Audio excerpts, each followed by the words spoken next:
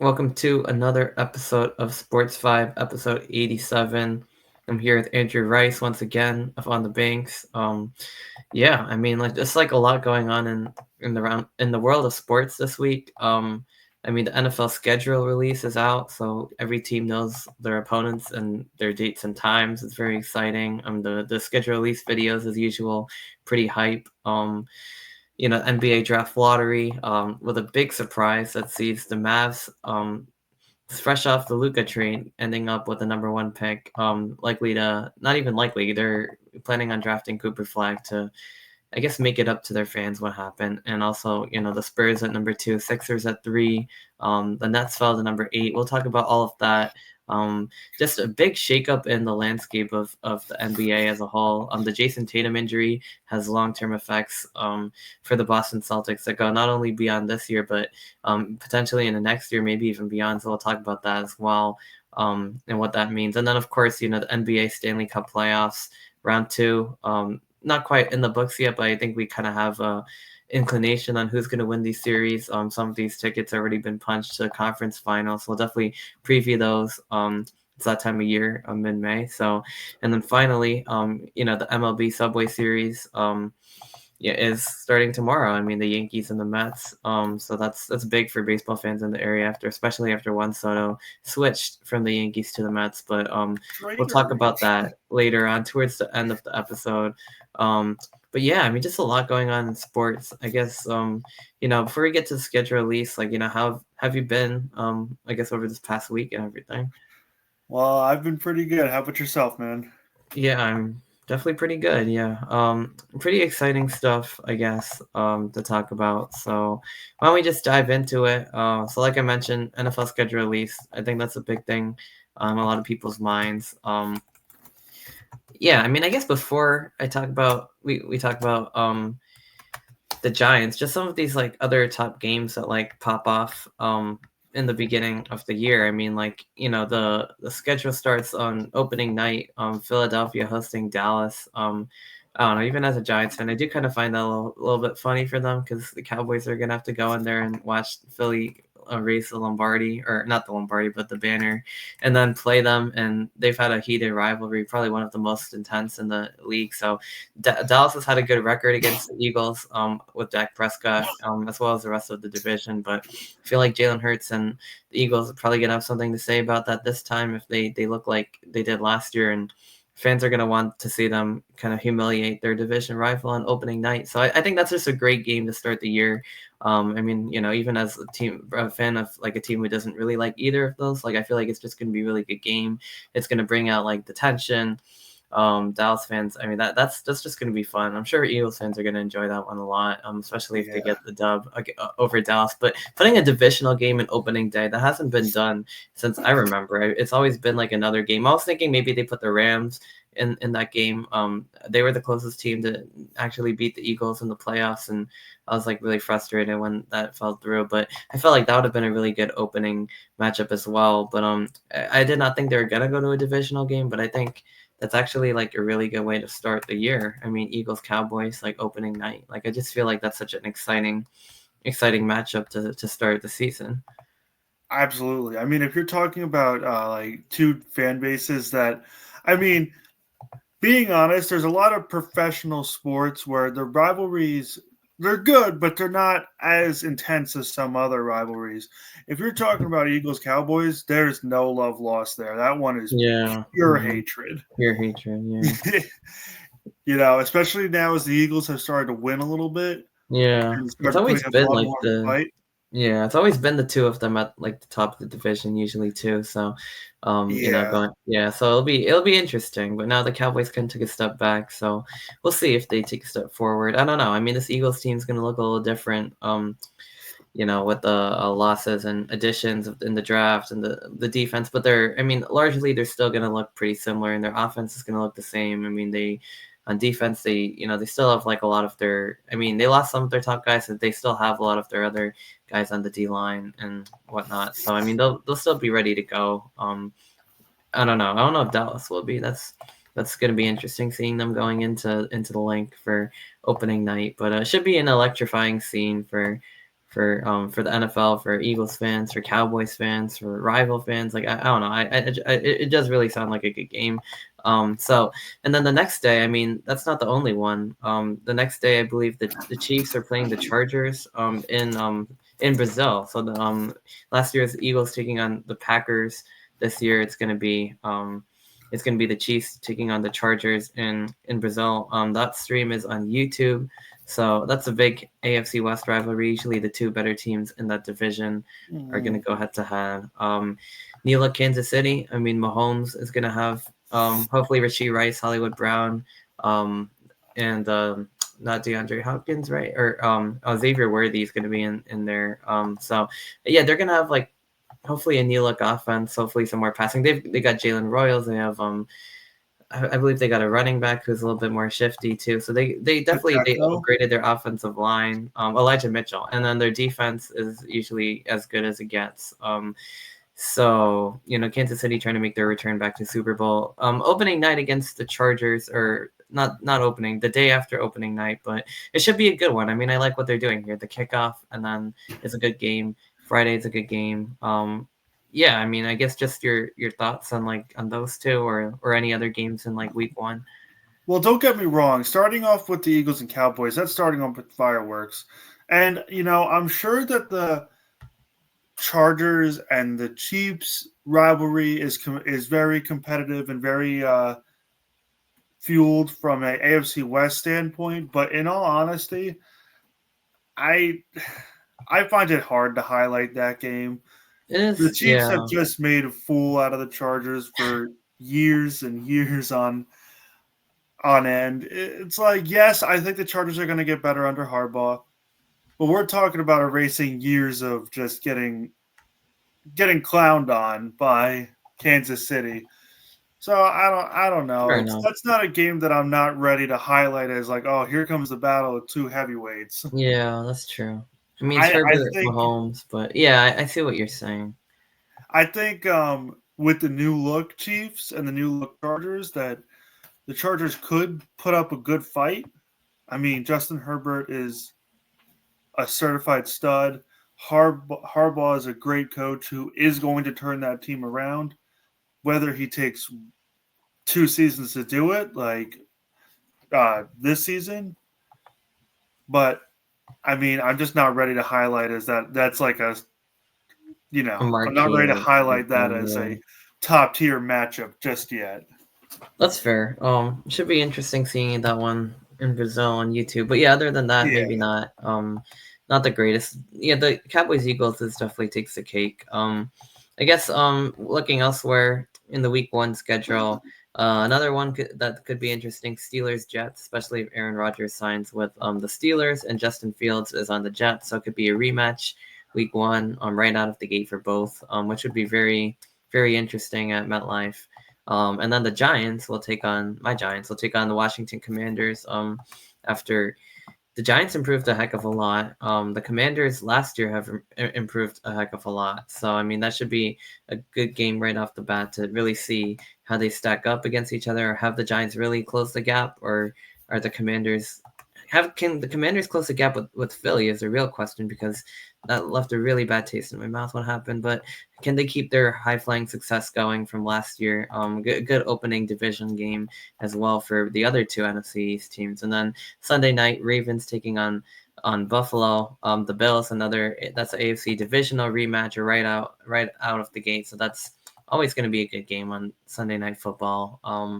That kind of highlights week one, I guess, for so Steelers, Jets, Giants, Commanders, Ravens, Bills. I think those are all like games to highlight on that week one.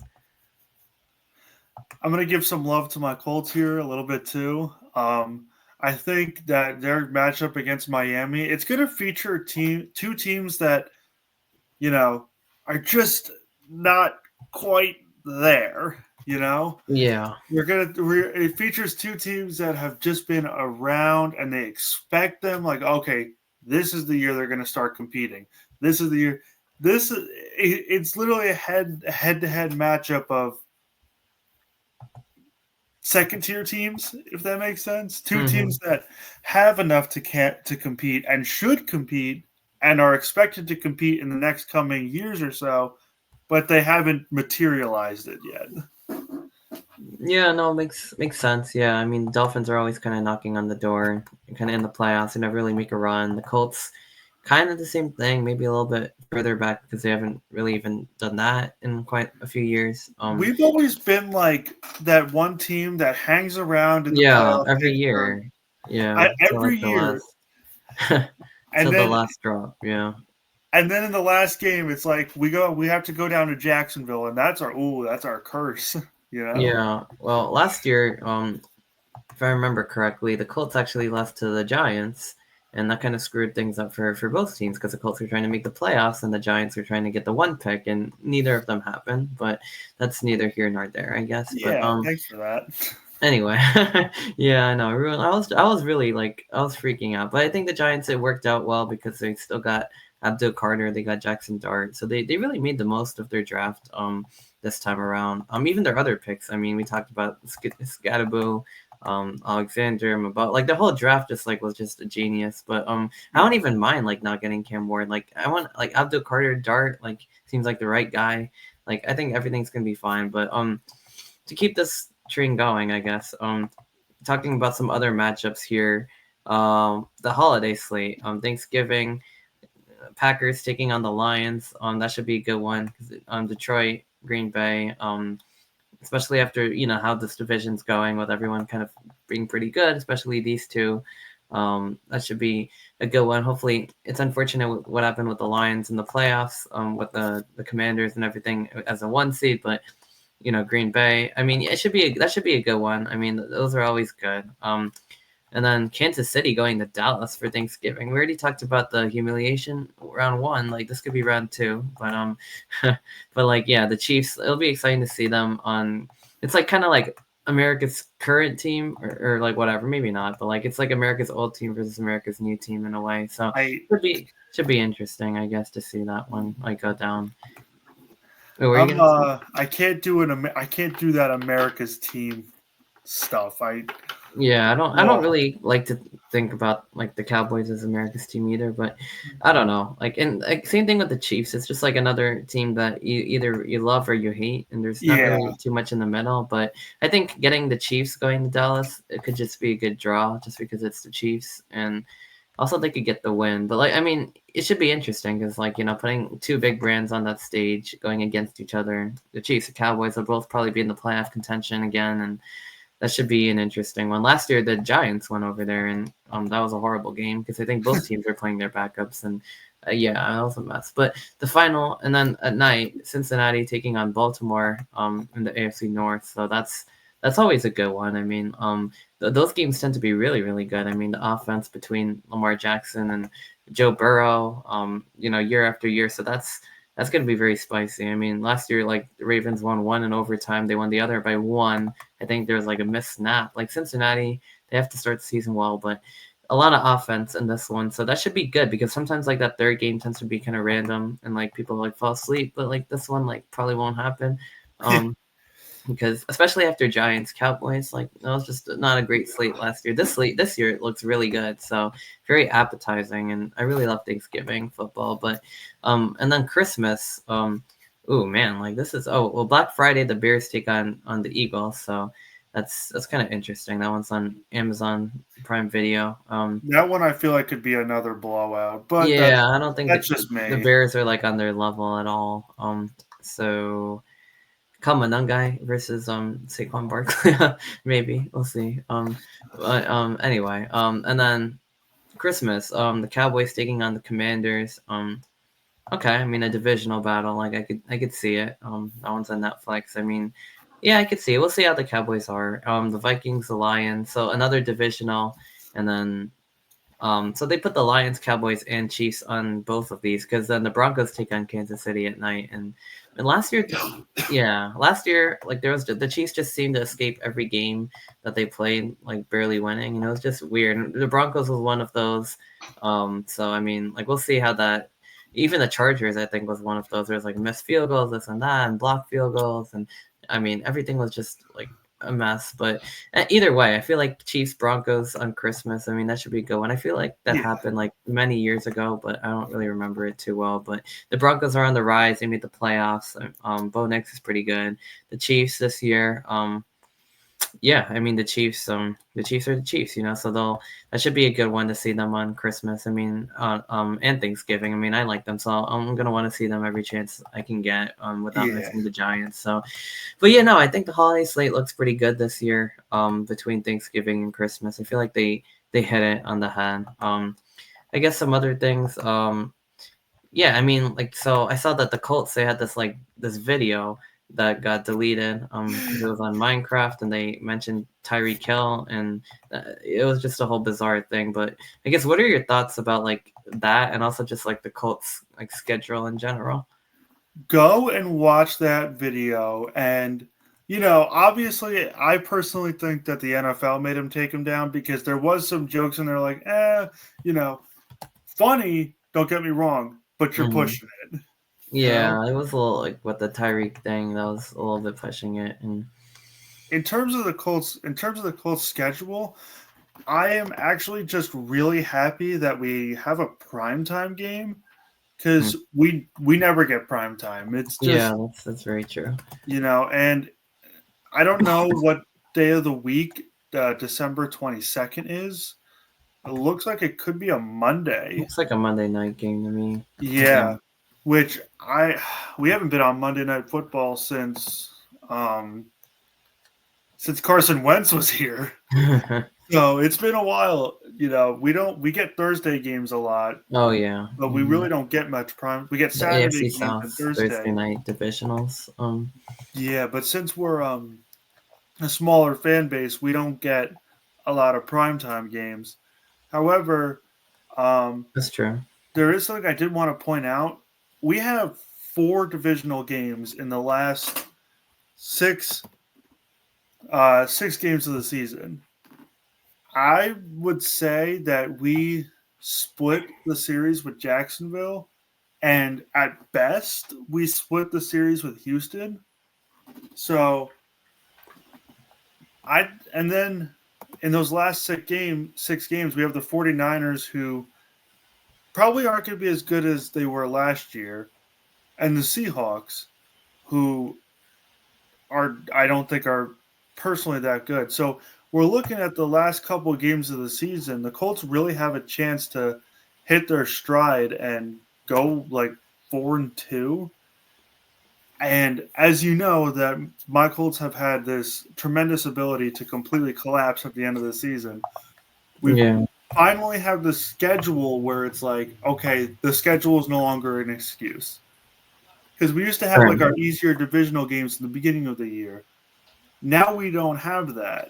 Now they're at the end of the year, so it's no longer an excuse of completely collapsing at the end of the season. That's not going to work anymore. So Right, because they're all divisional. Yeah, that's true. right. So we'll see what's going to happen. I mean, I'm hoping they can make some noise this year. I really need Oh my God, Richardson to show something that he hasn't shown yet. Yeah. But Well, we'll see. I I feel mean, like it's between him and Daniel Jones now for the starting job in do Indy. not do not start Daniel Jones. You don't think so? I I feel mean, like you guys have like the worst quarterback like rotation in like the NFL, like with these two guys. Like, hopefully, like Richardson has potential. Jones also, I guess, has potential, but it's just like none of that has like shown up. Like, so like I don't know what's gonna happen there. Like, I kind of like when Joe Flacco was doing his thing, but then he moved or whatever to Cleveland. So I don't know. I mean, it's just the whole thing's a mess, but we'll see. I mean, I think Richardson does have a lot of potential. Yeah, I mean, Daniel Jones got a nice contract too, so we'll see who comes out on top. But don't get me wrong. yeah, Richardson has potential. He has talent. He just needs to show it now. yeah, you can't be like tapping out after like a play and like saying like I'm tired. Like, what? This is like the NFL. You get paid to do this. Like, how Yeah, many people really. would like want to take your place? Or like competing for roster spots. Like, you know what I mean? It's just like not right. So And now I think if he tries to pull that again, they're gonna send in Jones and say like, okay, sit on the bench. You Yeah, know, exactly. Because we'll Jones, as see bad how as it Jones works. was, he's not going to do that. So he's reliable. Yeah, At least reliable to play on the field and do his thing. culture wise, he's reliable. Definitely, yeah. And he's a high end backup. I mean, he's a low end starter. He's a high end backup for sure. He could probably still start in a lot of places. But speaking of Daniel Jones and the Giants, the schedule. I want to talk about them before we get off topic here. Or move on to the next topic. But oh man, it's like a brutal schedule. It's like it's Honestly, I think you should let the NFL know your opinion about that first 5 weeks. I think it's like you brutal have again. Like every year, it's brutal. I don't know how this keeps happening, but it's like they put all the hard games in the beginning, and then the end is still kind of hard, but not that hard. Like I don't know. I mean, Vikings, Raiders, Cowboys, like whatever. Anyway, so we start with the Commanders. We're that team who made the NFC Championship game, and I feel like I'm gonna make it known that they let Philly hang 55 points on them, and they fumbled 3 times because that's like stuck in my head. And I was just like, I was rooting for them, and then they did that, and I'm probably never yeah, rooting for them but ever again. To be if you fair, remember, though, they played better than the Chiefs, and they had an upstart year, and ball security is ball security, but I mean that Eagles defense is like notorious, and Jane Daniels couldn't really do like a whole lot at that point. Like it well, was just is what it is. So if you remember that Washington game, like Washington was kept it close they throughout like did. They were most in of the that game third for a very quarter, long time. They were in and the then just game got for blown out of I nowhere. don't know. I don't know what happened. It's just the fumbles. Every time that Washington was in the game, they were trying to make a push. They were trying to cut it to like a one possession, or they fumbled. Like literally, the Eagles punched the ball out, and then the play where they kept running the tush push, and then the Commanders decided to jump over the line. So after that whole shenanigan happened, the Commanders had no energy to do anything. I had no energy to do anything because I was defeated. They were defeated, and the whole thing was a mess. So now I'm very upset. But anyway, the Commanders are still a very up and coming team despite that embarrassing showing. Which was still way less embarrassing than what the Chiefs did in the Super Bowl. That's another story. Oh, speaking of big games, Chiefs Eagles week 2. In Kansas City, America's game of the week. Circle it.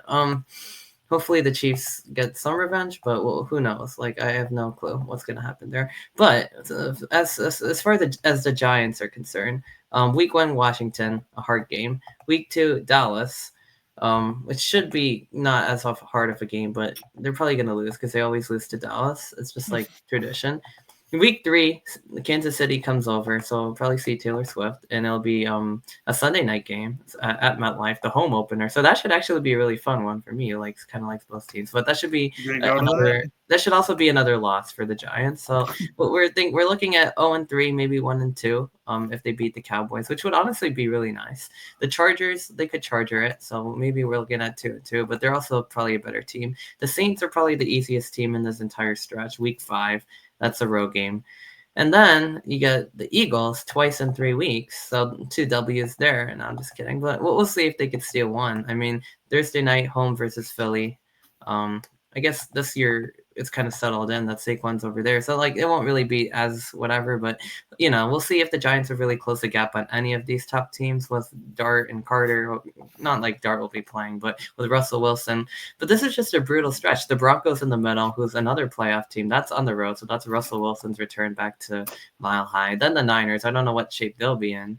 And then Yeah, it I goes don't to know. the I year don't know after about that. the Niners this year because They they don't. lost a lot of They did. talent. I don't know what they really did in the draft. I mean, they didn't really do a whole lot of I good. They anyway. So I did just want to say something about the Giants really quick though. yeah, go Say for it. what you will about any other part of their team, that defensive The line is defensive line will be nice. scary. Yeah, Carter, Lawrence, Burns, Tibbs, or Thibodeau, and Brian Burns, and then you have Darius Alexander behind them, and you, plus a you have secondary. I mean, you got Javon Holland, Paulson Adebo. I mean, the defense is going to be pretty good. The offense now has Tracy. They have Skatibo. They have good receiver, Lave Neighbors. Russell. I mean, this is going to be a solid team. It's just I feel like second people saw the schedule, everyone just started freaking out. But we have to remember that the team's better. But the start in this so brutal: Commanders, Cowboys, Chiefs, Chargers, Saints, Eagles. I mean,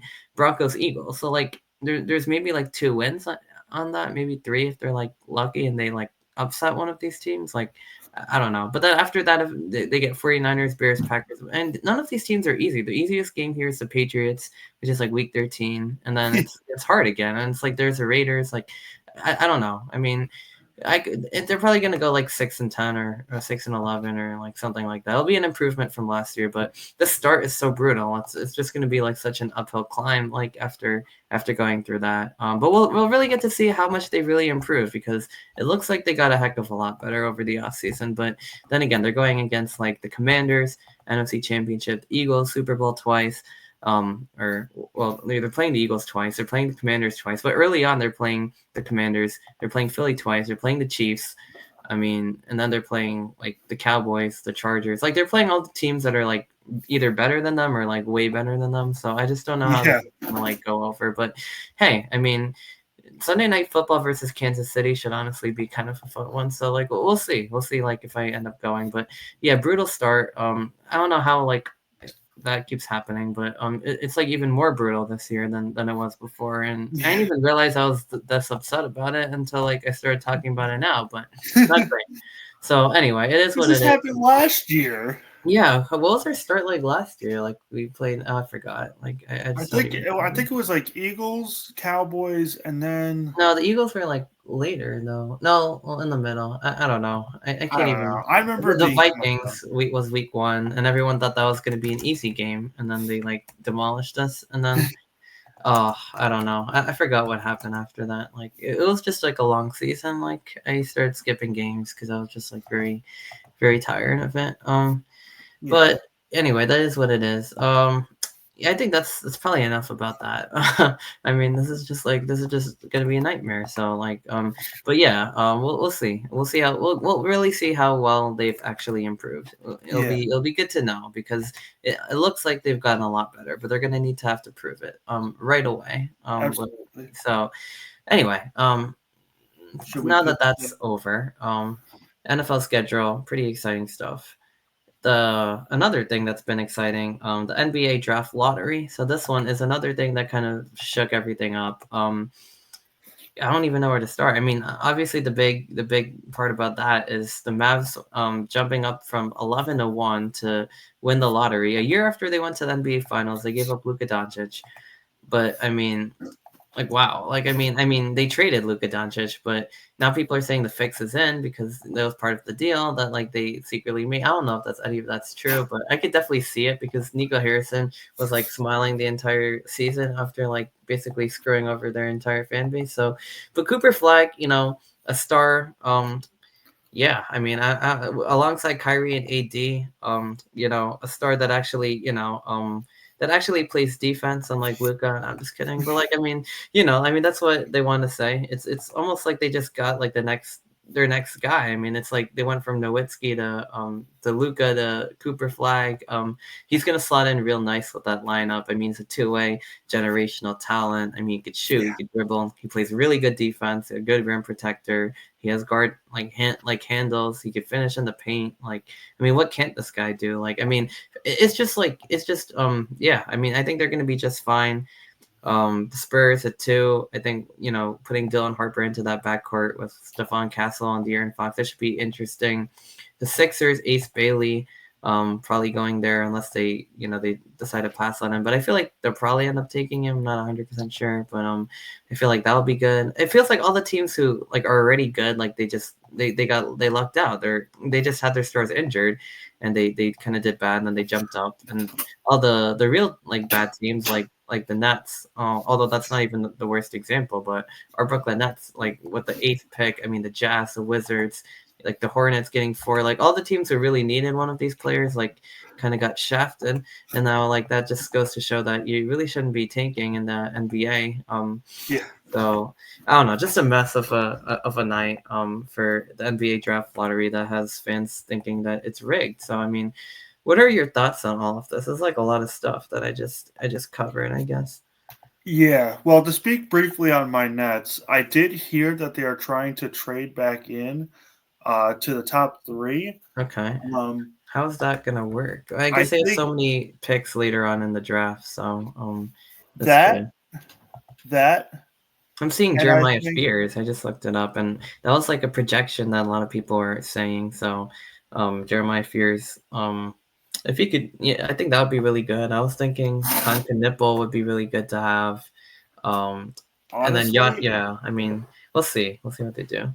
I think if they trade back in, I think if they have the opportunity to trade back into the top three, where it's not a gross overpay, I think they should, they honestly. should. Because obviously, the Nets had the dream team and that failed, right?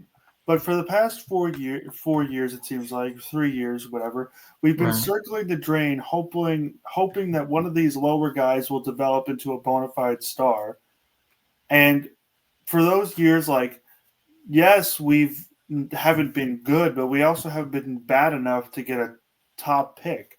Eventually, you got to go and get somebody that's worth it. You know, you got to go Sure. and get them. You can't just wait for them to fall to you. You got to go and get them. And I feel like they might try to do that with Ace Bailey because you put a shooter on a very strong defensive team. You know, Mm-hmm. so at least that way we could start putting some points on the board. I think Philly is going to try to trade out of that spot. They may, yeah, or they might take Edgecombe because I feel like they need a lot like more guard help than, they have Paul George, Right. they have MB, they have like a good small forward. So like adding Ace Bailey, like, although he might be a really good stretch four, like I feel like that's just not really where they need their help. I mean, Paul George is like very, when they're all healthy, like he's very serviceable, like small forward as well. So we'll see if they do like either trade back, or if Unless they they draft Edgecombe. unless they try to make Ace Bailey George's replacement. I've heard a lot of comparisons between the two, so Yeah, we'll they have see a what they similar say. similar type of But game, honestly. I feel like it would be in their best interest if they want to contend now.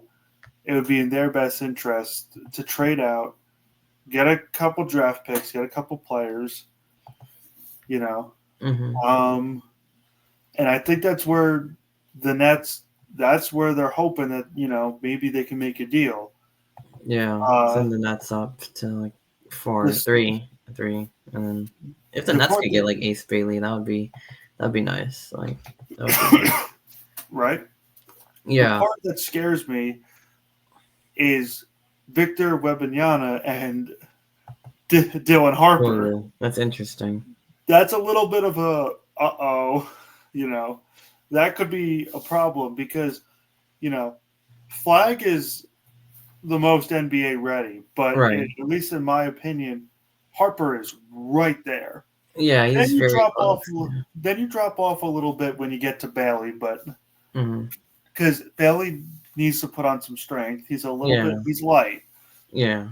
and he needs a little bit more weight to be able to play NBA playoff style defense. Hmm.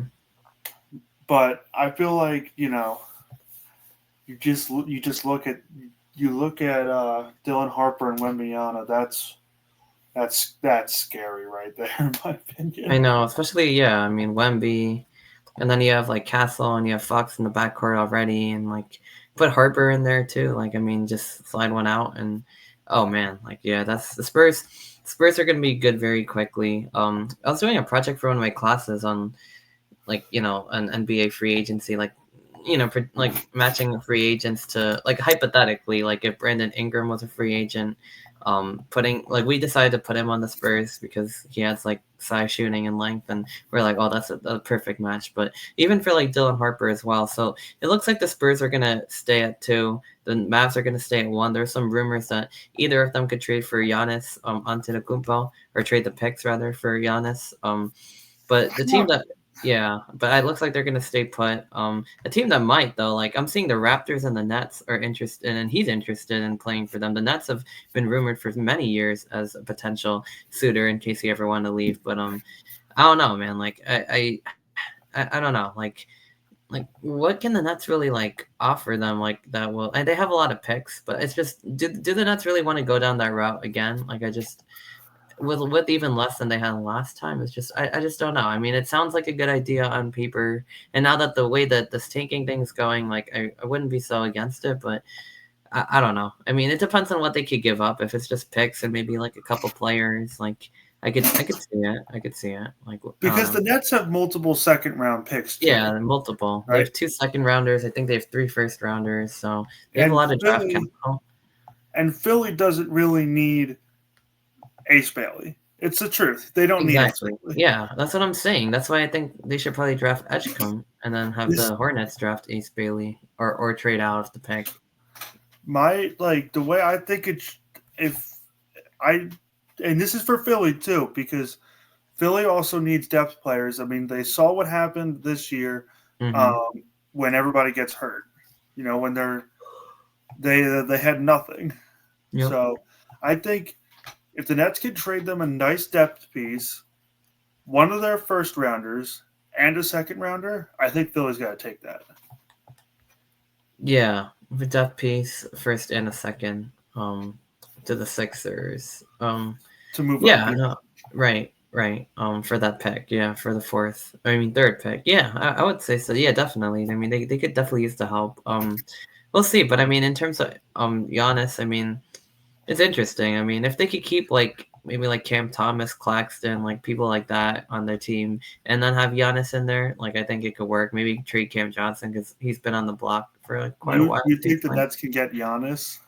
I don't know. I mean, I just potentially, but I don't know if they really can. But apparently he's interested, and I'm seeing If in doing it. So I don't I know. I feel like feel it like would they have have to a lot move of up. capital, but I don't know if it's the right move because like I feel like it's kind of the time for the Nets to really rebuild and not try to do it halfway again. You know what I mean? Like we kind of saw what happened when they went all the way in and didn't work. But at the same time, Giannis could like give them a lift. You know, you don't want to be in purgatory forever, and they could be interesting again. Will they be like a contender, like championship contender? Probably not, but like they could be interesting. I feel like to get Giannis though, because he's still under contract, right? Yeah. I feel like to get Giannis, they're gonna have to You're gonna have to give give up up like like a bit two though. first rounders and then a second rounder. I don't know if Yeah, I I'm. would.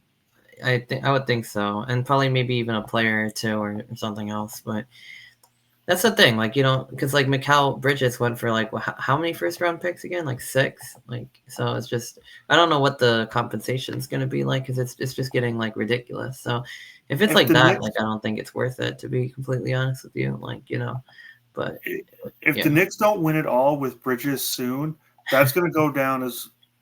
And if the Nets, that's gonna go down as one of the worst trades, because yeah.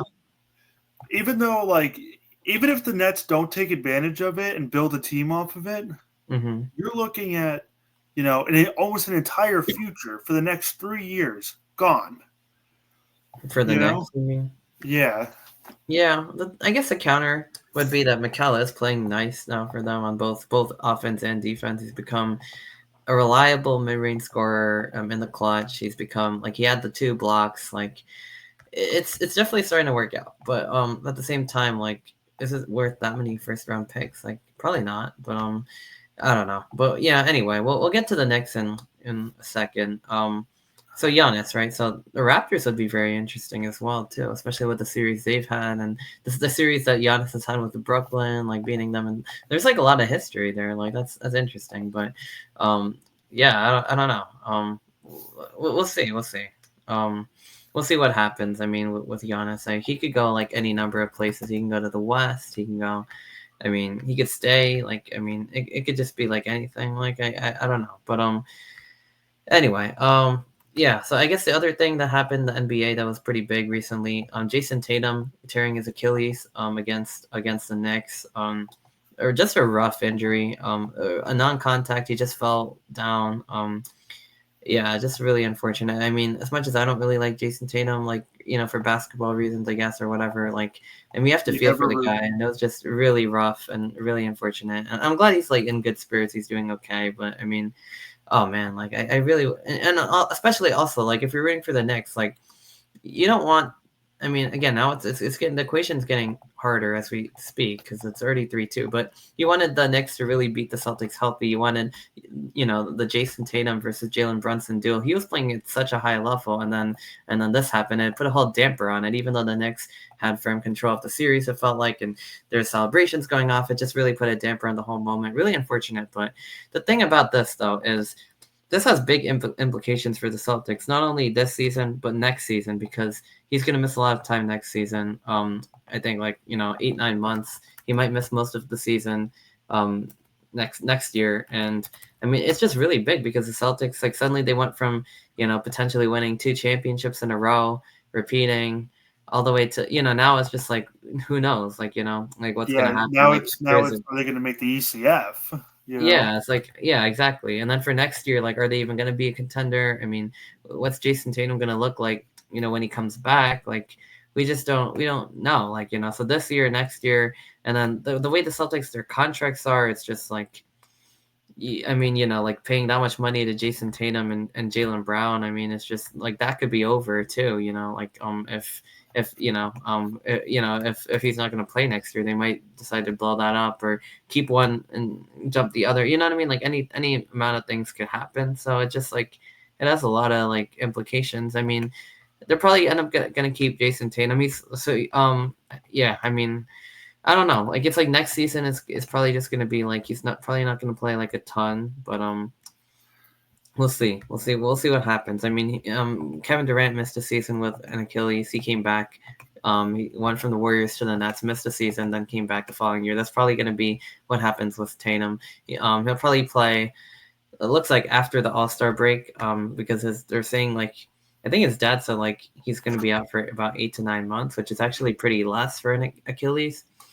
He's probably going to be a bit rusty at that point, but 2026, 27, he'll be pretty healthy and looking pretty good. So hopefully a full recovery for Jayson Tatum. Yeah, hopefully. Yeah. You never root for an injury like that. Of course not. And then No. yeah, and then especially because I don't want to say it you don't know if the Knicks win, does it come with an asterisk? You know what I'm saying? That too. I don't think so because the Knicks beat the Celtics healthy in 3 out of 4. But Right. it's just again, do you really want the last game to be easy? Not really. But at the same time, now the Celtics did win the last one, and it wasn't easy for the Knicks. So now it comes back to New York, 3-2. So I guess this would be a good segue from the lottery into the next part of the show, which is going to be the NBA and Stanley Cup conference finals, and just talking about the second round. Let's start right there with Celtics Knicks. 3-2. Boston had a good game last night. I didn't get to watch a ton of it, to be completely honest, but I saw Brunson fouled out. The Knicks weren't really playing too well, even without Jayson Tatum. Cornette had a big game. He had 5 blocks. It was ridiculous. I don't know where that came from, or 7 blocks. I think 5 blocks in a quarter. Jaylen Brown played well. Derek White at 34. I mean, the Celtics are deeper than just Jayson Tatum. I have to remember. I mean, they have Horford. They have Porzingis is playing. I don't know what's going on with him. They're saying he can't breathe or he's not able to. Yeah, either I don't know what's going on with that. He was just not in good shape. But still, I mean, Cornette was playing good. Pritchard is solid. Drew Holiday, Derek White had a big performance. Jaylen Brown stepped up after everyone was criticizing him for what happened last game. Al Horford. So this is a deep team. They're not just going to go away like that. People thought maybe the Knicks will just stroll into the Garden and win that. That was just not the case. But now it comes back to MSG. Grove's going to be into it. The Knicks are going to be into it. Can the Celtics hold them off again? I mean, if this goes back to Boston, anything can happen. But can the Knicks really turn it on because they've got all of their their guys healthy, ready to go? I mean, Josh Hart's playing well.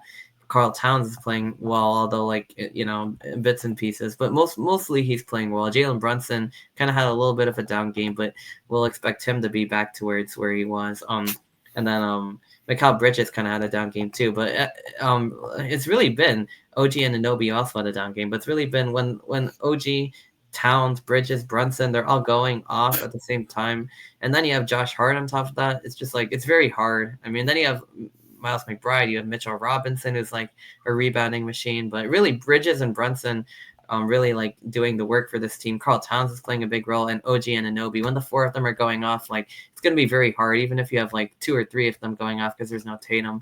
I feel like the Knicks take it at the Garden, Game 6. We'll see. I mean, I feel like it's just going to be a bit much. It might even be blowout-ish fashion. Knicks run away with it tomorrow, but if they don't, then if this goes back to Boston, the Knicks could be in some trouble. I guess I'll just put it that way, because then they'll have all the momentum. It'll be back on their floor, and question marks will arise. Not saying the Knicks can't win Game 7, but I feel like Game 6 is really where they have to make a statement and just end the series on their home floor, to deny Boston any real hope of winning, I guess. Yeah, I would say they have to end it now. Like, I mean, Boston, you don't want to go back there to play. I mean, if they do go back to Boston, the Celtics are riding a 2-game winning streak at that point. Mm-hmm. No, they Yeah, you don't want to risk it. I mean, like they could easily win on their home floor, so you want to definitely try to end it on yours. Yeah, But absolutely. but I feel like with Tatum out, they definitely have like more talent now. But the Celtics have they have depth. They have, I mean, the way they were shooting yesterday was looking good as well. I mean, they were 44% from three. They were 52% from the field. They were shooting way better than the Knicks. I mean, they're out rebounding them, so like it was just not really a good look. I mean, they play like a good brand. Like when everything's working, their intensity's up. They play a good brand of like team basketball. They move the basketball a lot. Well, the Knicks is more like star reliant. I feel like these guys have to kind of go off. But when the Celtics are really knocking down those open threes, like moving the ball, like I feel like it's very tough. So hopefully the Knicks get back on it and kind of step on their throats, because we don't want to see them going back to Boston for Game 7. That might just be a bit much. So they might just lose the series at that point. So hopefully they take care of business tomorrow. And then if they do, they meet the Indiana Pacers, who are just absolutely like steamrolling through teams. I mean, 4-1 against the Cavs. I mean, Donovan Mitchell came back. I was watching some of this game. I mean, they were like down, they came back. I mean, the Pacers, my goodness, their ball movement, I mean, everything. Their defense is good. Their ball movement's good. I mean, the way that they create shots. I mean, Tyrese Halliburton, I think, has shut up all the haters. The way he's been playing. I mean, it's just sensational. I mean, his jump shot, like my goodness, the way it's like it's going in when he takes like a step back. Like you just know that high arc, the way it just comes through the net. Like they are like a spicy team. Like I mean, and then Nemhard's playing well. Neesmith can play well. Siakam's playing well. Miles Turner's playing well. I mean, they are scary. I mean, the Cavs found that out the hard way. They won 64 games this season. They lost in 4 or in 5. The Pacers are red hot. They're building off experience. They've been to the ECF. They lost in 4 to, again, Boston, which, another reason why I kind of want the Celtics to be done. But regardless of that, like, they were very close in all 4 of those games, too. So, I mean, but this year, I feel like the Pacers they're just so much better than they even were a season ago. They look locked and loaded and ready to go. And I feel like a lot of people would say if the Knicks win, the Knicks would be the favorites, but I would argue that the Pacers would actually be the favorites, or they should be the favorites. They're definitely playing like the better team right now, no doubt in my mind. Oh yeah, absolutely. And if you're looking at, I believe, I forget who it was, but there was an entire group of writers. I want to say it might have been ESPN. It also might have just been like the live predictions that they do before the games. When they were asked to predict the series, there was like 8 or 10 of them. Not a single one picked the Pacers to win, and Yeah. only one predicted it to go to 7. Wow. Everybody else was Cavs in 6. Yeah, dude, I had a feeling. Like, I had a feeling that the Pacers were going to be able to win the series. I had a feeling they were going to, like, win 1 or 2. And indeed, they won both. And then I was just like, okay, like, I think they got it. And yeah, I had a feeling that they were going to, I didn't know that they were going to be this good, but I had a feeling that this series was going to be a good series. And in fact, it was like, It really wasn't. It was like the other way around. It was like, what I mean? Like a lot of people are like, oh, the Cavs are just gonna wash them. I'm like, no, look, the Pacers are like a solid team. The Pacers like actually really proved that they were like almost by far the better team. And it's like you could see it like in that last game. Like if you're if you're watching it. Like even when the Cavs, like the way the Pacers are coming back, and they had answers after answers, they had shots like after shots that they were making, creating offense, and the Cavs just didn't even have like any of the same things going on. Like it was just like a different level of like intensity, a different level of like shot creation, ball movement. Like I mean, just everything. Like the way that they were just like creating open shots for themselves was just like I was like, whoa. Like I mean, like where did this like come from? Like it's just I don't know, man. It's crazy. Like I mean, the Cavs didn't have anything going for like a quarter, and like Yeah. the Pacers completely like took advantage of it. Yeah, I mean, they didn't have anything going for entire quarter really. And then the Pacers like every time going down the floor, just creating good offense, good shots. Oh man, like I mean, they're gonna. I feel Very. like the Knicks, like I mean, the Knicks are gonna have to step it up because it feels like the Knicks are kind of inconsistent. Like, look, last night was just not a good night for them. Game 4 was a really good night for them, and then Game 3 was also like not a good night for them. Like, it's just like very wishy washy. Like the Pacers, like are playing at a much higher level. Like, and there's one game that like they lost.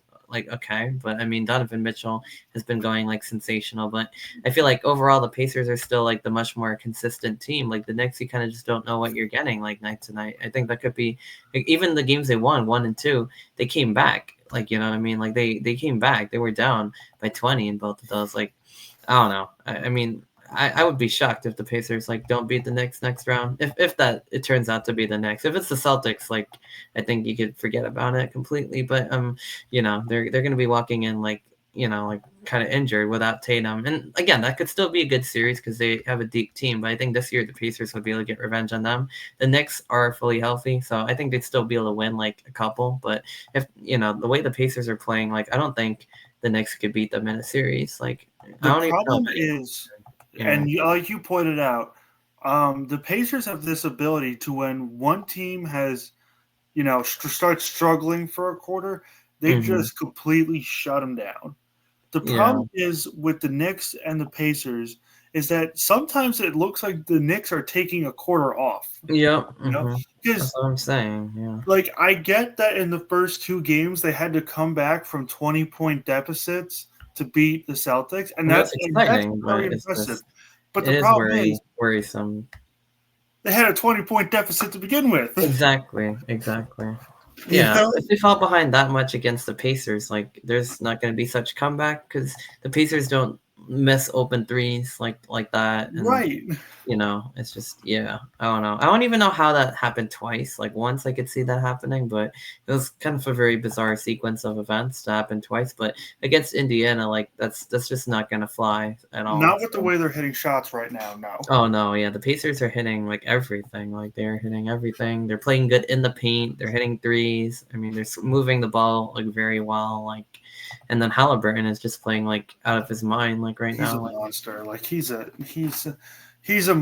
problem for anyone he plays against. I mean, yeah, Giannis. I mean, like the game winners that he's had. Like I mean, just yeah, going down there and kind of coming back against the Cavs too. I think down 8 or 9 or something like that in the second game, hitting the game winner when he again. Like it's just the one where he comes out, shoots a three. I mean, yeah, he's like dangerous, and his shooting from the outside is also very dangerous because when he gets hot, like he'll hit like 4 or 5 of them in a row, and you just like you kind of know it's like going in. Like that's like the scary part. I was just like I was watching like yesterday. I was like, oh my god, like he's gonna keep. He's like he keeps hitting the shots, and it's just like there's yeah, nothing you can do to. It's like Steph Curry out there sometimes. Like it's like oh man, like I mean when like he gets his championship, then he's gonna be realized as one of the best talents in the NBA. yeah. Mark that, book Until then, that. people are probably gonna keep sleeping on him, but maybe not, maybe not. But like I think he's earned his respect. But Pacers 4-1. The Knicks are up 3-2. Hopefully they close it out tomorrow. Otherwise, we'll see. It could be a problem. But Pacers Knicks they played last season too in the playoffs, and Yeah, Knicks kind of gave out because they didn't have enough health. But um, that was an interesting series. But this year, like I said, I would probably go Pacers in like 6 just because of the way they're playing. Like I think the Knicks are definitely capable, but they're just so wildly inconsistent. Like this is just not gonna fly. Like they're gonna have to play like a lot better. They're gonna have to play like game 3 or game 4 if they really want to have a chance to like even really be in the series. So I'd Yeah, give the Knicks a little bit more. I'd go Pacers in 7, 7. but I could definitely see the Knicks pushing him all the way. It's yeah, just yeah, because yeah, they definitely I could. don't They think definitely could. Indiana's going to do very well at the Garden. That's just a hunch. That's a personal hunch. There's no like evidence or anything like that. You Interesting. know, Yeah, that's I could see that. They might win like a game there. Yeah, then yeah, the home crowd is going to be tough, and I guess it the always series is. would start in New York because the Knicks are the higher seed, and then I don't know, man. Like it's just yeah, I don't. It could go either way, but I feel like the Pacers right now are playing better basketball, but the Knicks are probably playing the second best basketball. So and they're all healthy this year, so it could be the Pacers in 7. It could be the Pacers in 6. Like it could even be the Knicks, but I'm gonna hold my prediction at Pacers in 6.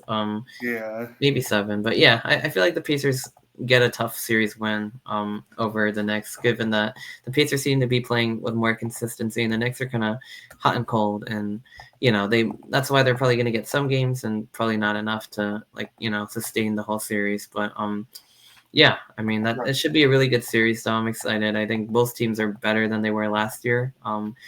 I guess the Knicks just have to take care of Boston. We will see it firsthand. Yeah. So shifting over now to the West. Oh, geez. Thunder Nuggets. So the game 6 is tonight at 8:30. At the time of this recording, it's about 7:30. So still waiting on that. But OKC up 3-2. This has been a very interesting series as well. I mean, the Thunder. I mean, it's just been all over the place. I mean, the Nuggets win game 1, they steal it. Aaron Gordon, I think, hits the game-winning shot.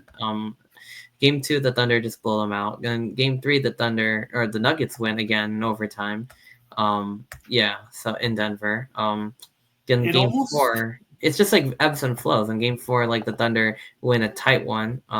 It feels like the Nuggets are like very close to like really like taking control, or they have been. But then the Thunder won the pivotal game 5.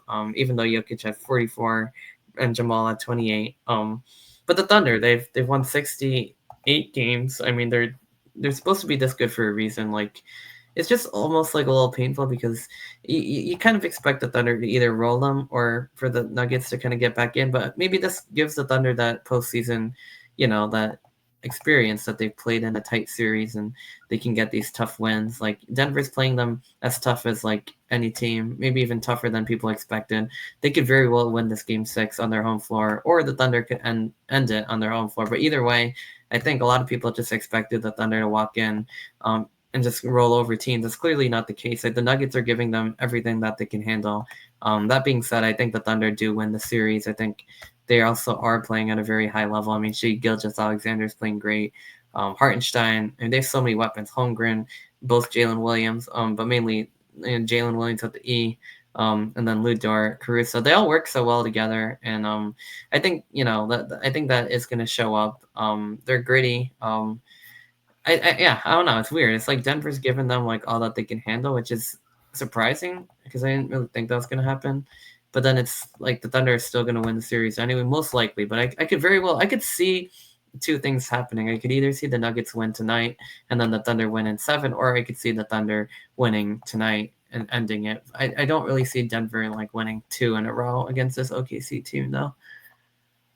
I mean, first of all, if you thought, even though Jokic hasn't been like himself in this past couple series, if you really thought the Thunder were going to come in and completely roll over Jokic and the That's Nuggets, true. you're fooling yourself. They have that Because, championship like medal too, and they're also very deep. right, Like they have Brown, they have like Westbrook's playing well. I mean, not all the time, but sometimes he is. Like Christian Brown's playing well. Porter, he can hit shots. Gordon's playing like extremely well. So they are very deep. And then of course you have Jokic and Murray. And even though, yeah, you're right, Jokic hasn't been playing like himself, but he's still been playing pretty damn good. So you'd have to be kidding, like if you just thought like the Thunder are gonna roll yeah. over. It's just their point differential, there's everything just pointed to them winning, but the Nuggets have really shown like what the postseason life is all about. So they've, like I said, they've given them all they can handle. That being said, I think the Thunder is still gonna pull it out. Yeah. Yeah, Yeah, I completely. I mean, I don't have anything to really argue with you there, yeah. unfortunately. I It's just completely like it's agree. weird because like I think like people would want one of two things to happen. They probably would have wanted the Thunder to completely roll them over, or they would want the Denver Nuggets to win. And seeing like this way, it's kind of like it's a little settling to me at least, because like it's kind of like, well, what does it really mean? But I think what it really means is that the Thunder are going to go into the WCF battle tested, and I think that's important because the Wolves are hungry and waiting. So I think that could actually serve them well. So Yeah. that's kind of what it means, I guess, if you want to put like a positive spin on that whole sequence. But speaking of the Wolves Warriors series, but this one wasn't really much fun because Steph Curry got injured, and that kind of like, I mean, they still won game one. This would have been could have been a very different series. And I'm not going to say that the Wolves still wouldn't have won because I think they probably might have. I mean, I think they blew them out. Oh, they didn't really blow them out enough, like, but I think they in maybe like three of the final games they were pretty dominant, and one of them like I think could have gone either way game three. So I feel like the Warriors would have probably lost in maybe 6 or 7, but still they could have even won like with Steph. Like now we don't know. Like, but I feel like this whole series after that was just kind of a wash. Obviously good to see Edwards coming back because he had an injury scare too. That scared me. But yeah, I mean without Jimmy Butler didn't really like take on, like what we thought like could happen. He didn't really play that well. Like we're used to seeing playoff Jimmy. Like it wasn't that great. Draymond was like kind of like the whole team was kind of like in the middle. Like they weren't really that great. They're just kind of like hanging in there. Like Pajewski, Hila Kaminga, Trace Jackson Davis. But I mean, I like the Wolves a lot. They're good. They're a young, hungry team. Back in the Western Conference Finals, second year in a row. So they beat the Lakers. They beat the Warriors minus Steph. Um, yeah, I mean, Julius Randle's playing really well. Edwards, Gobert's playing well. I mean, they have McDaniels, they have Mike Conley, Naz Reid, Alexander Walker, DiVincenzo. Kind of a smaller rotation, but each one of these players is a contributor to this team. And then, of course, Edwards is like the big star. So, yeah, I mean, without Steph Curry, it was going to be really hard for Golden State. I thought they could maybe do a little bit better, but I don't know. Like, I don't know. I mean, if he was healthy, like this series would probably still be going on. Like, the Warriors could have maybe even won it, or probably not. I feel like the Wolves would still won it. It would have been closer, but I think now the Wolves kind of walk in. They'll have some more rest, so I feel like I don't know. That's the team that, like, I don't know. I feel like that's a team that could potentially beat the Thunder potentially, but like given the way that the Thunder have been kind of struggling with the Nuggets, but at the same time, like it's going to be a different level. So I don't really know like how to predict the next round. Like I don't know. I feel like that one can go either way if it's like Thunder versus Wolves. I agree with that. The one thing that I will say is that I think this speaks more on the Warriors than it does the Timberwolves because honestly, and we've been seeing it for years now, we're seeing the slow collapse of Rome, if best way to put Yeah. it. You know, Hmm. the Huns are at the gate, the empire is slowly collapsing because, like, you know, this is not the Warriors team that people used to fear anymore. This is a Warriors team that barely gets into the playoffs, uh, Right. goes to 7 against a Houston team who is up and coming, isn't They quite are. there yet, but is up and coming. Yes, beats them in 7, and then just gets washed aside by a Timberwolves team in the second round. Right. There's no, other than Curry, there's no fear that comes from the Yeah. Warriors anymore. You know, and Yeah. I mean, it yeah. it kind of recalls me of like the Patriots a couple years back. You know, when they clearly started to like get into a steep decline. They lost to the Titans in the wild card round. You know, it's Yeah, all it's comparison. reminiscent. Yeah, I mean they did come back and they won the championship like a couple years ago. I think that was kind of post dynasty or whatever. With Clay, and then yeah, and then since then it's just been again. I feel like it would have been different with Curry because Curry was playing at such a high level, like in the series before and everything too. Like, but at the same time, I feel like the Wolves would have still beaten them. I think there might have been one or two games that the Warriors would have won. They probably would have won game three if with Curry. The other ones, I don't really think so because even though these scores are close, like the Wolves were like way ahead. I don't think you could make up that gap, but it would have been a much more competitive, fun series. Which is really unfortunate that these injuries have been like taking a toll, especially Tatum, Mitchell, but especially Curry with this series. Like, it's completely got washed. That being said, the Wolves are more than worthy. They're a really fun, high-flying team. I think the DiVincenzo and Randall are playing at a high level there. That was a really good trade for, I guess, both teams in a way. And yeah, I mean, Gobert is playing good for them as well. Having the double big lineup in there at times is working really well for them.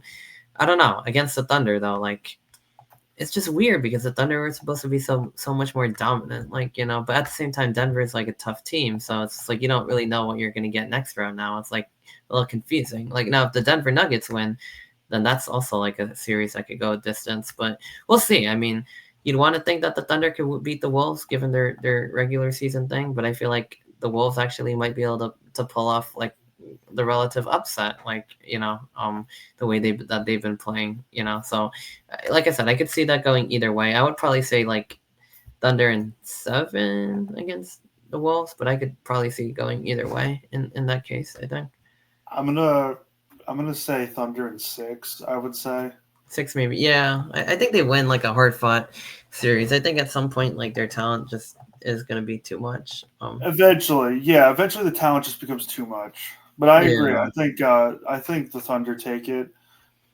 You that's a know, fair point. Yeah, it just feels like they're like a little bit more underwhelming, which kind of like leaves the door open, but like so not underwhelming enough where like they really like lose. I guess it's like weird, right? So it's like, but I think yeah, eventually the talent is gonna weigh them out, and I think they're probably also gonna find their groove a little bit more than they have been too. So I think they're still getting towards. I feel like what happened was like the Grizzlies was kind of such a wash for them that now they're kind of really experiencing like what playoff basketball is really like. And the next round, they're probably going to put it all together against the Timberwolves, and then they're going to be locked and loaded and ready to go for the finals. It's my prediction. As unfortunate as that sounds for Wolves fans, but I think the Thunder are just a little bit too talented. Then again, I mean, no one thought the Wolves could beat the Lakers, especially in 5. So I wouldn't, if there's any team who could surprise me and like take out the 68 win team Thunder, it's definitely got to be Minnesota. So I would not say that can't happen, I guess. does that mean you're forecasting a Pacers Thunders final? Looks like it, yeah. Oh my god, it's like small God, the market NBA would hate basketball, that. dude. That would be sick for you, I'm sure. But The either NBA way, would like it hate looks like that. it's gonna. Sorry, yeah. Unless the Knicks like come out of the East, it's gonna be small market basketball, like in the finals, like Thunder, Denver. Um, I mean, unless like the Celtics win, I don't know, but most likely it's going to be the Pacers, and then it's going to be like either the Wolves or the Thunder, or even the Nuggets. Either way, it'd be like, yeah, Small market. Wolves or Thunder winning versus the Pacers. Like that's going to be interesting. But hey, I mean, if you really like basketball and not just the big brands of basketball, like it's kind of like the Heat versus Nuggets series from a few years ago. Like, and sure, maybe the Heat are a little bit of a bigger brand, but that was a good kind of a good series. Although the Nuggets won it relatively easily-ish in 5, but I feel like that could be Pacers Thunder would be a really interesting series. Yeah, and now like that's actually that's where the Pacers might be able to like beat out the talent, I guess, in a way, like because their style is just so like I don't know, you know what I mean? Like they're just so convincing but that could be like another 7 game series They're too. efficient. That's the big thing with them. Yeah, they're efficient, and again, it's like how well can the Thunder put together their talent? Like how well can they be efficient with if they can step it up a couple levels, I'd probably favor them. If the Thunder kind of struggle with the Wolves, then I'd probably go with the Pacers. But we have a lot of basketball left, so nothing set in stone. Like I wouldn't put the Wolves out of it either. I think they could win, but I would say yeah. Well, I think Thunder probably end up against the Pacers. Like right now, I would probably say the Pacers, unless the Thunder could step it up a couple levels, but that definitely could happen. So that's kind of basketball. I mean, that's like a lot going on, but I think we covered it. Second round in full swing. Yeah, I mean, I guess I did want to shift over to the NHL, kind of do the same for these 4 series. I think we kind of have a handle on what's going on in hockey as well as Yeah, that's gonna be basketball. much easier to predict. Yeah, much more easier than even the NBA. Because well, I guess we could start with the series that's already finished. Edmonton over the Oilers. 1-0 overtime win yesterday. I was watching towards the end of that. just a little bit surprising. I feel like Vegas was probably a team like a lot of people thought would win. The Oilers kind of pulled through. I mean, we picked Vegas, so We we, both did, yeah. It's just a little surprising because we know where the offense is going to come from, but it definitely came. I mean, like like one of the games, McDavid and Draisaitl kind of split the defense. But yeah, I mean, the only one that Vegas even won was the game three, winner at the buzzer. Other than that, I mean, it was the Knights. It was the Oilers. Yeah, I mean, like, can you I mean, believe? they were the more talented team. Like, obviously, like we were saying, the first line's like really talented for Edmonton, but I thought Vegas had a deeper like team overall. So I was just a little surprised to see like kind of that going down. I don't really Yeah, know. I can you don't know. believe the Stuart Skinner got 2 shutouts in a row? Yeah, see, that was a big part of What? it too. Yeah, Where 3-0. has this been all season? Right? 3-0 and then 1-0. Yeah, he played on his head. So that was, and then Kasperi Kapanen, who's like pretty new to the team, I believe. Like he scored the game winner yesterday. So Yeah, yeah, that was another big one. Yeah, no, I mean it was just very interesting to see Edmonton getting through. Yeah, I mean Skinner played good. The defense played good, but the offense also, they had their goal scorers. Um, they didn't really like allow Vegas to do like a ton, but although a lot of games they just didn't really have it at all. So yeah, it's interesting. I did not expect that. I definitely did not expect it in five, but Edmonton moving on. They were in the Cup final last season. They're trying to make it back this season after the heartbreaking way that went down last year. Three maybe it's L, time to three put three, some and respect on their name, you know? Because yeah, I've been like, no, Edmonton, I can't, no defense. I've been like that. yeah. It's last season. Maybe it's about time that I start finally putting some I respect on think them. so. I think they're earning it, but I don't want them to like blow it in the cup final like the way they did last year. That's my only gripe. But if not, like we're chilling. But then again, like the Panthers are also like still alive and well and doing well. And I mean, they look like they might have been down and out. Like they lost 2 out to Toronto, or they lost both of the first two, and then even in the third game, the Leafs were up by 4-2, and then the Panthers come back and wow, like that was just like a big swing because the Panthers could have really been down 3-0. The Leafs could have really sensed it, and then instead the Panthers claw their way back in the series. They win game four, 2-0. Then they come back to Toronto and absolutely humiliate them on their home ice, 6-1. I mean, like that's a lot for a hockey game. I mean, they just put on a statement, like wow. I mean, and like given the history of the Toronto Maple Leafs, like this just does not bode well for them. They're known for blowing these kinds of things, and the Panthers have that resilience, they have that experience, they have a lot of goal scorers. So like they have Reinhardt and Sam Bennett and Ekblad. They have like some in Boquist and some and Sergei Bobrovsky's playing like at a ridiculously high level as well in goal. So I mean, it just the Leafs. I mean, yeah, I mean Joseph Woll, who kind of had a pretty good series. He had 5 go in against him. They pulled him out. Like it just doesn't like bode well for Toronto. Like I just don't know how this happens year in and year out. Like they had their hand like on the ECF, man, and they like it's just like hard to see honestly. But I just feel like it's over. Like they're probably gonna lose again and tomorrow, and they'll be done. So we'll see. Toronto's tough to watch, man. I mean, like It's just twice now, heartbreak. but Like I I don't I know how they agree. like. Sorry, Yeah, I agree. They're done. I mean, yeah, they're there's done. They nothing really needed like game three, and they probably would have been fine, but it just didn't happen. there's And like nothing that they've done recently that inspires confidence that they're going to turn it around. They no, just got blown out, and I I know mean, on their home ice. I thought, okay, maybe you lose two in Florida, you come back and then you win game five. But like, nope. Like, not only did they not win, they didn't even like show up. Like, it was yeah, just horrible. Like, it's just like they're just it's like the chokes from the past are like coming back again. Like, I don't know how this is possible. Like, I really don't. But like, it's just weird that like they had to lose game five or game three, even though they had a 2-goal lead on them, and then like that like just kept going the rest of the series. Like there was never any okay, we lost that one, but we'll win the next one. It was just they were just done. Like they just decided that the series is over. So, well, good news is it probably will be over tomorrow. So, like I think we said I think we said that if the longer this series goes on, yeah, we did say that. we said that last time. The longer the series goes on, the lower Toronto chances has of. Oh my god, the lower chances Toronto has of winning. I Yeah. know how to speak. I can English, believe it or not. But Yeah, no, yep, that is precisely what happened. And I really thought like they turned a corner. The Leafs were up 2-0. They could have been up 3-0. And as much as I mean, I like the Panthers for other, they beat the Canes, they beat the Rangers. I wanted to see the Leafs like break through like just once, but like it just didn't happen. So it is what it is. And it's not like okay, one game they lose but they just kept losing them. So like now it's just you're just like yeah, again, there's still a chance like game 6 in Florida, they have like a chance to send it. If they can send it back to Toronto for game 7 with a win under their belt again, it could go either way. But I just don't see them getting out of Florida tomorrow, like, with a win, like the way that they've been playing recently.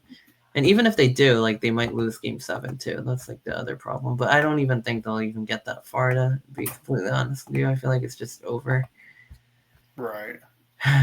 Jeez, the Leafs, man. Like, I'm not even a fan. Like, I'm probably rooting for the Panthers, and I'm still just disappointed with the Leafs. It's just that it's just that bad.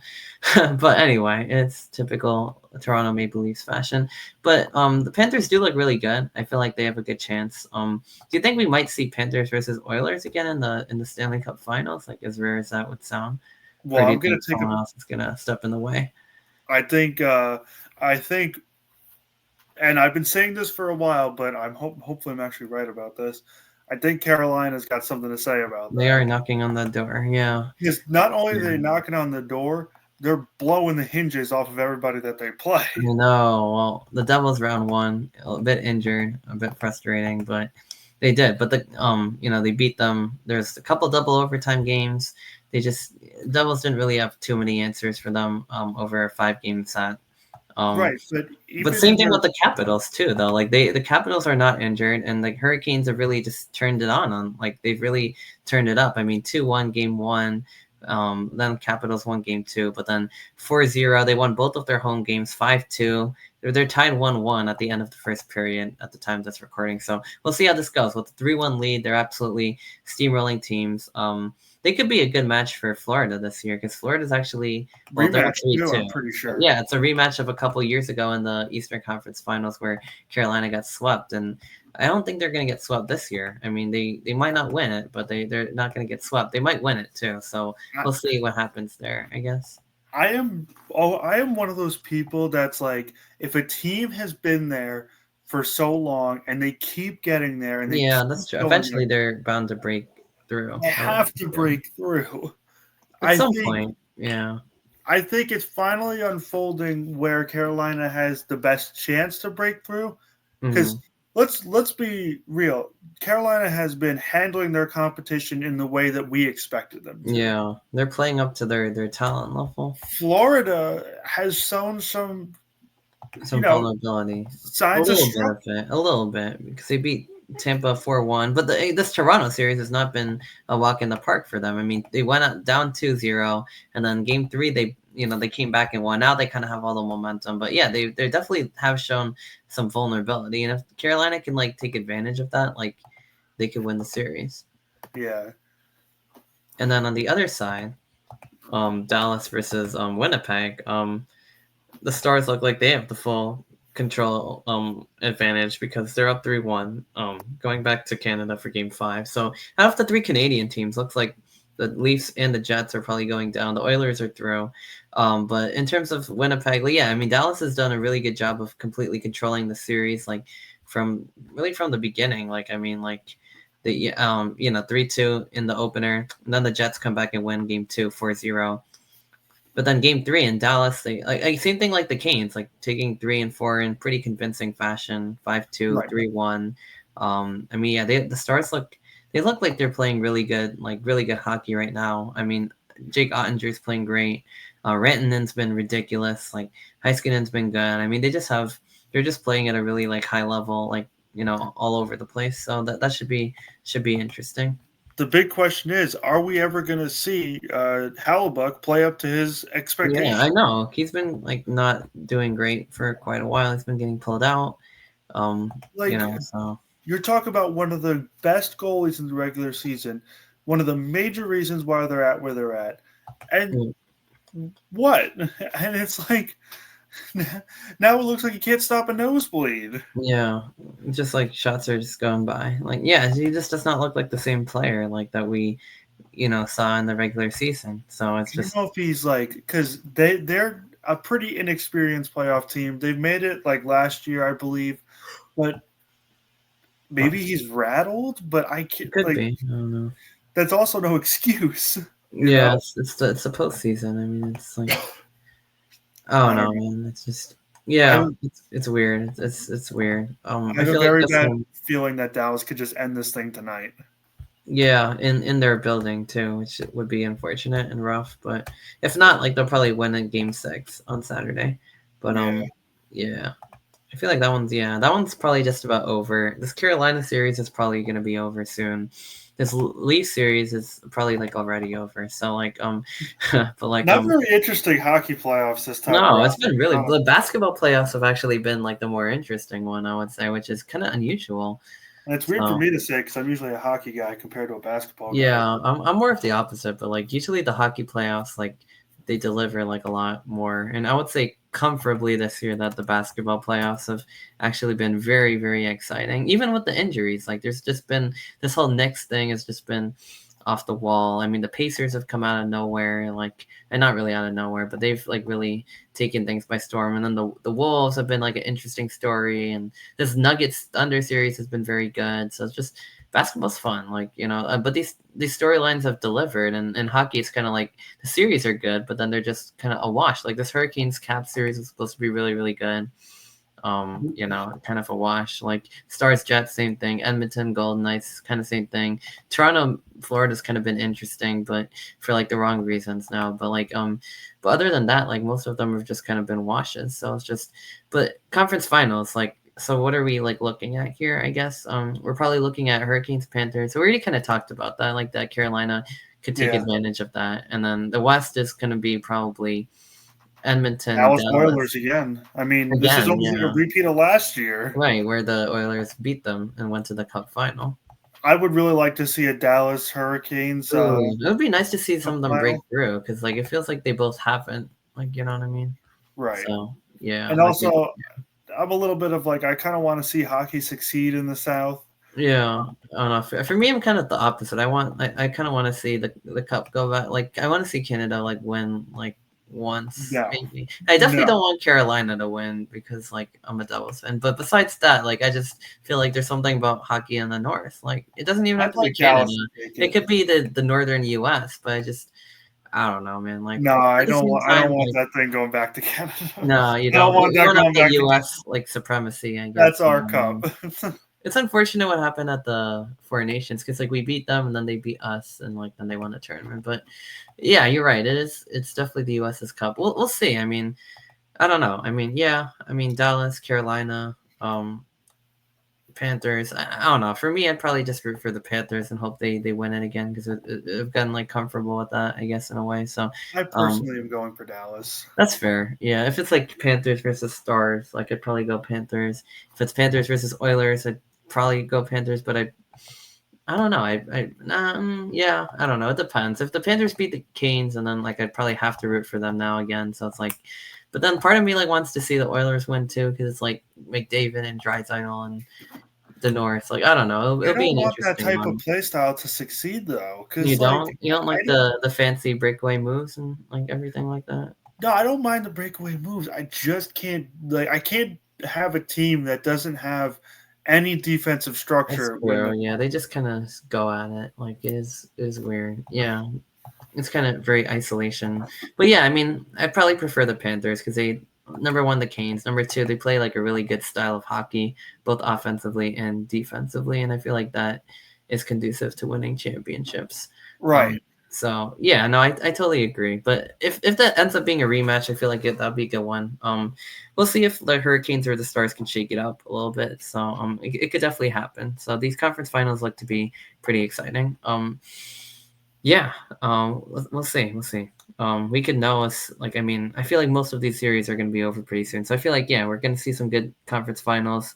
It's probably going to be Jets versus not Jets, Stars versus oh my goodness, Stars versus Oilers and likely Hurricanes versus Panthers, so that should be fun. But I guess to end off our episode here, I did want to talk some baseball. We kind of talked about the standings a little bit last week. Not like too much has really changed since then. I mean, the Yankees are kind of doing a little bit better, which is good. I mean, they've kind of been taking 2 out of 3. They look good against the A's. They've looked good against the Mariners. Aaron Judge is still having, I guess, a pretty strong start overall. But yeah, I mean, other than that, I mean, the Tigers are still up. The Mariners are still on the top. Astros are kind of coming back.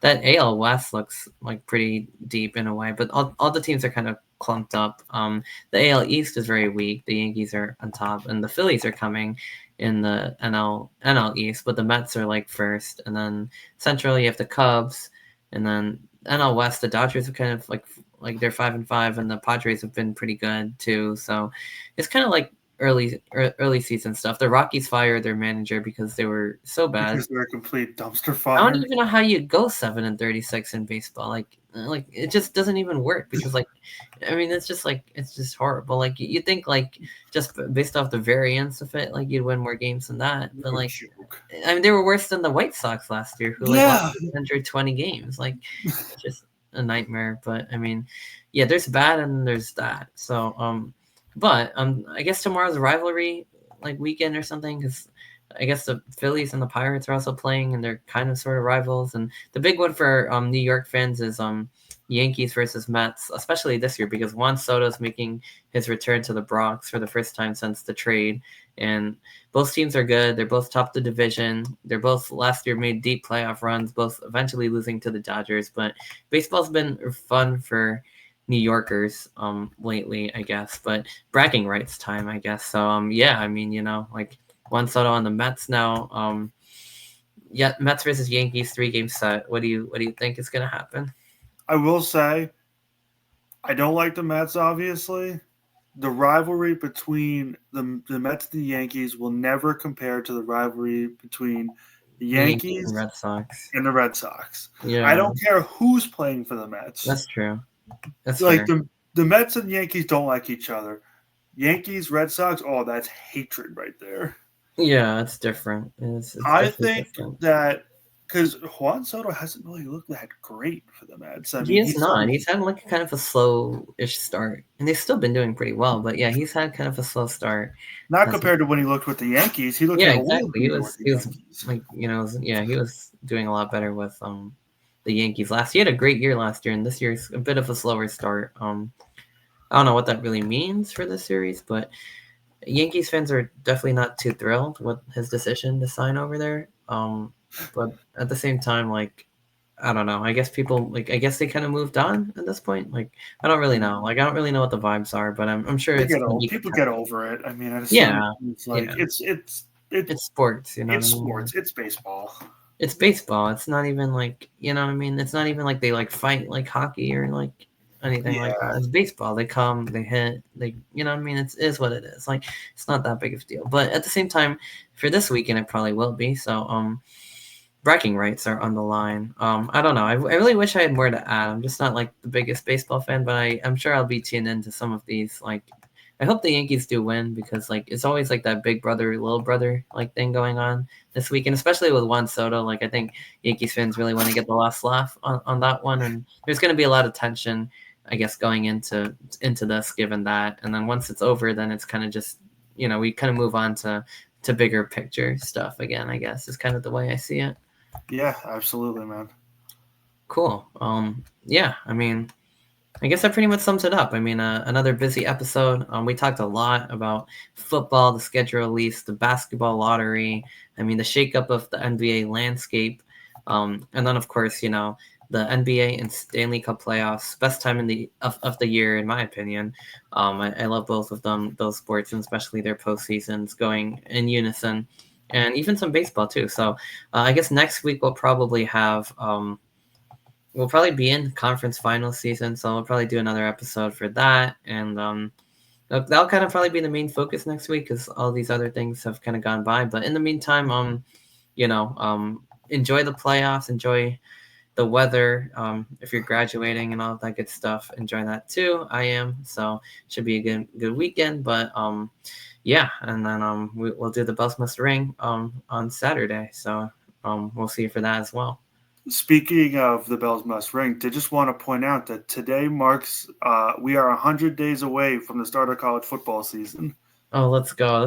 That is like actually probably my favorite like sport in a way now because I love every little thing about college football. I'll watch any game anytime. So The really pageantry of it is yeah, the all. pageantry, I think that puts it ahead of the NFL.